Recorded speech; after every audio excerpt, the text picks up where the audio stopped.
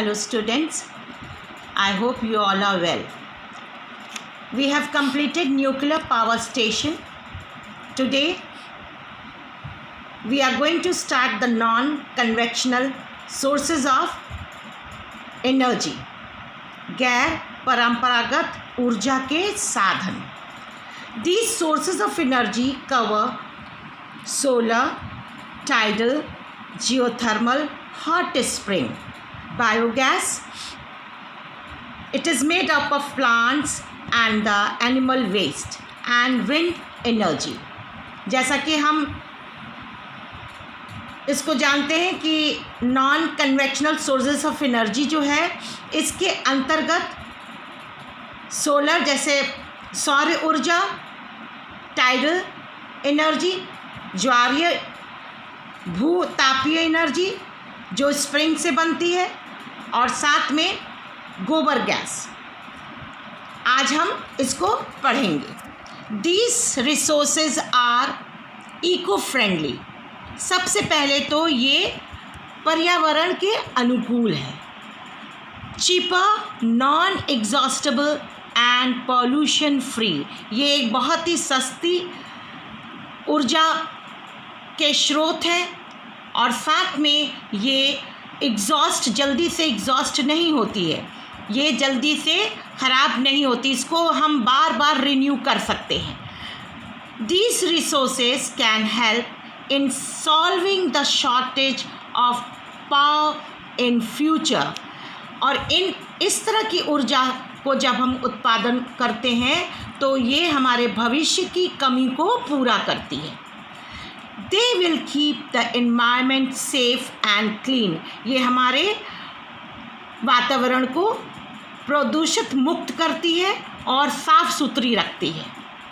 सबसे पहले इसमें हम सोलर एनर्जी, सौर ऊर्जा को पढ़ेंगे.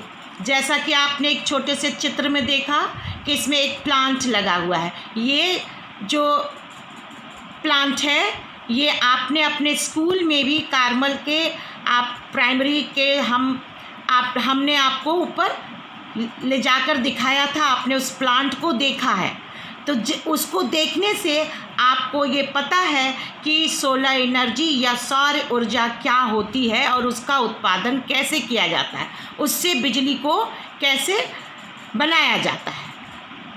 India is a tropical country with lots of sunrise.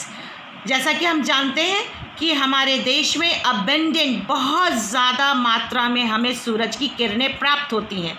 And these are or this is ample potential for production and utilization of solar energy. और ये इससे हमें बहुत ही ज़्यादा मात्रा में ये इसका प्रोडक्शन और यूटिलाइजेशन होता है सोलर और सौर ऊर्जा के ज़रिए से. Photovoltaic technology convert sunlight into electricity. और ये फोटोवोल्टाइक जो टेक्नोलॉजी है ये कन्वर्ट कर देती है इलेक्ट्रिसिटी में. And it is popular in rural area and small towns in Gujarat, Rajasthan and Madhya Pradesh. और ये ज़्यादातर हमारे ग्रामीण क्षेत्रों में, गाँव में और टाउन्स में, स्मॉल टाउन्स में, कहाँ पर, गुजरात में, राजस्थान में और एमपी में ज़्यादा ये इसका प्रोडक्शन होता है. जैसे कि Kamuthi in the state of Tamil Nadu में, भगवानपुर इन नीमच इन MP are the main areas of solar production. Next we will see wind energy, पवन ऊर्जा. जैसा कि हमने आपको ये चित्र में दिखाया है कि इसमें ये लंबा जो है वो आपने इसको देखा है कि टावर होता है, उसमें 3 ब्लेड हैं और जब बहुत तेज़ हवा चलती है तो ये ब्लेड्स रोटेट करते हैं और तब टरबाइन के ज़रिए से बिजली का उत्पादन होता है.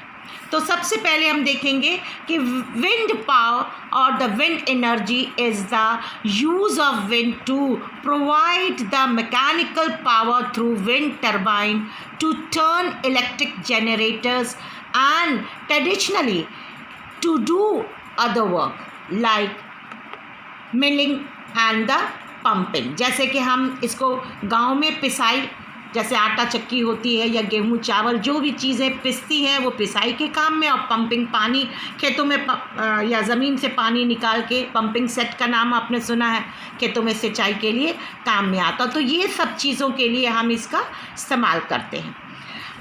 इसको हम इस तरह से समझेंगे, बहती वायु से उत्पन्न की गई ऊर्जा को पवन ऊर्जा कहते हैं। जहाँ पर तेज़ हवाएं चलती हों वहाँ पर इसे लगाया जाता है, जैसे कि कोस्टल एरिया पे। इस यंत्र के अंदर एक बहुत बड़ा पंखा लगा होता है जो हवा के वेग, स्पीड्स के कारण घूमने लगता है, रोटेट होने लगता है। इस पंखे से एक डायनामो या टरबाइन जुड़ा हुआ रहता है जो इस ऊर्जा को इलेक्ट्रिक में कन्वर्ट कर देता है, अर्थात बिजली में बदल देता है। तो इस तरह से हम जानेंगे कि विंड एनर्जी या पवन ऊर्जा कैसे उत्पन्न की जाती है, इससे बिजली हम कैसे उत्पन्न करते हैं। अब now the states for producing wind energy in India are Andhra Pradesh, Gujarat, Maharashtra, Kerala, Karnataka and Lakshadweep. इन सभी जगहों पर विंड एनर्जी का उत्पादन होता है। Tamil Nadu has a larger wind farm. Tamil Nadu में सबसे ज़्यादा विंड के फॉर्म्स हैं और वो क्लस्टर्स के रूप में it is located in many wind energy. It is just like a field, and the areas like Nagarkoil near the Madurai, Jasmar in Rajasthan, and it is mainly used in local power, domestic and the agricultural purpose. ये कहाँ पर ज़्यादा, ये local purpose के लिए, साथ में बिजली वगैरह उत्पादन के लिए, साथ में डोमेस्टिक घर के सारे कामों के लिए, और साथ में एग्रीकल्चर के जितने भी अप्लायंसेस होते हैं, डिवाइसेस होते हैं, जो भी मशीन्स होती हैं धान काटने की या जो भी गेहूँ काटने की, तो उस सब चीज़ों के लिए इसको यूज़ किया जाता है। नाउ द बायोगैस, इसको हम गोबर गैस भी बोलते हैं।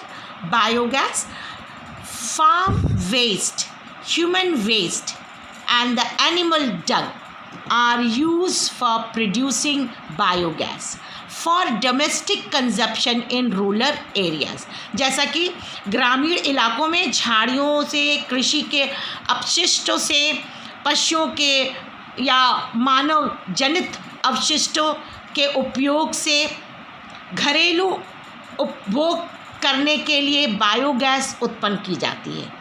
घरेलू कामों के लिए बायोगैस का उत्पादन होता है। Second, decomposition of organic matter yield gas with more thermal efficiency than kerosene, charcoal, dung cake. इससे हम ऐसे जानेंगे कि जैविक पदार्थों के अपघटन जैसे सड़ने गड़ने से गैस उत्पन्न होती है। जब जो सड़ी गली चीज़ें होती हैं, जब उसमें से जब बैक्टीरिया रिएक्ट करती है काऊ डंग पे, जब एक जगह कलेक्ट हो जाता है काऊ डंग, तो उसमें से बैक्टीरिया उसको रिएक्ट करती है, तो मीथेन गैस का, उसमें से मीथेन गैस निकलती है।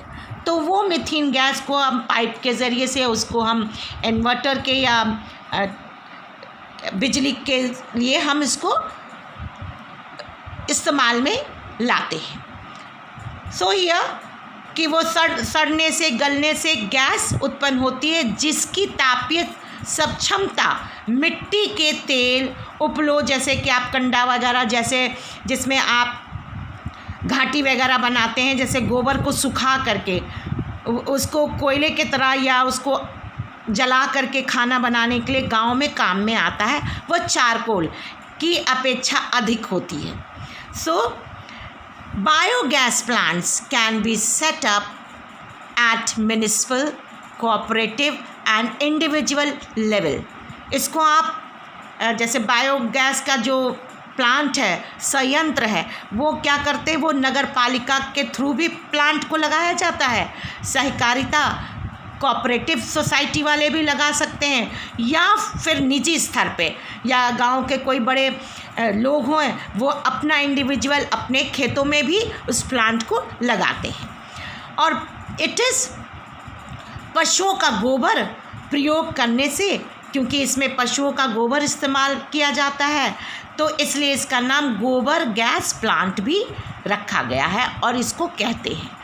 Biogas plant gives double benefits in the form of energy and manure, क्योंकि इसके दो लाभ हैं। एक तो इससे ऊर्जा निकलती है और साथ में दूसरा, ये बहुत ही उम्दा किस्म की या बहुत ही उन्नत प्रकार का उर्वरक इसमें से खाद हमें प्राप्त होता है। नाउ द टाइडल एनर्जी, ज्वारीय ऊर्जा। Oceanic tides can be use to generate electricity, जैसे कि महासागरीय तरंगों या ज्वार भाटा में जल के स्तर के चढ़ने या गिरने से ज्वारीय ऊर्जा प्राप्त होती है। जैसा कि आप जानते हैं कि हमने देखा है कि समुद्र के अंदर, या आपने देखा सी या ओशन में जो high tides and low tides, आपको मैंने पढ़ाया भी है। हाई टाइड्स और ऊंची तरंगों में जो ज्वार और भाटा, ज्वार का मतलब जैसे कि जब हम पढ़ते हैं तो ऊपर हाई टाइड और लो टाइड, तो उस समय हाई टाइड और लो टाइड जब होती है तो उस समय बिजली को हम ट्रैप करते हैं और उससे हम इलेक्ट्रिसिटी प्रोड्यूस कर सकते हैं। तो इसके लिए हम एक एग्जाम्पल के थ्रू देख लेते हैं, पढ़ते हैं कि flood gate dam are built across inlet, जैसे कि सकरी घाटी के आर पार पे एक डैम बनाया जाता है ड्यूरिंग हाई टाइड। और हाई टाइड के जब जो ज्वार भाटा, जब ज्वार ऊपर चढ़ती है, water flow into the inlet and get trapped when the gate is close. और फिर क्या है कि जब उच्च ज्वार ऊपर सकरी घाटी नुमा प्रवेश द्वार में पानी भीतर भर जाता है और द्वार बंद होने पर बाढ़ में से बांध में ही रह जाता है, जैसे वो बांध के गेट के अंदर ही रह जाता है। और बाढ़ द्वार के भीतर ज्वार उतरने पे, और जब जो है भाटा होता है, जब वो लो टाइड होती है, तब उसके अंदर बांध के पानी को इसी रास्ते से पाइप के ज़रिए से समुद्र में बहाया जाता है, जो इसे ऊर्जा उत्पादक टरबाइन की ओर ले जाता है। सो हम इस we will see like this, after the tide fall outside the floodgate, the water retained by the floodgate flow back to the sea via a pipe that carries it through a power generating turbine। जैसा कि अभी हमने बताया कि वो एक inlet में पानी भर जाता है बांध के अंदर, डैम के अंदर, और हाई टाइड से पानी अंदर भरता है, लो टाइड के समय में वो एक साथ इकट्ठा हो जाता है और फिर उसमें से एक पाइप के रास्ते से उसको टरबाइन के ओर उसको वो फ्लो कर जाता है, और तब वहाँ से बिजली का उत्पादन होता है, and then from there the electricity is produce. Now we can see the areas where the tidal energy is produced.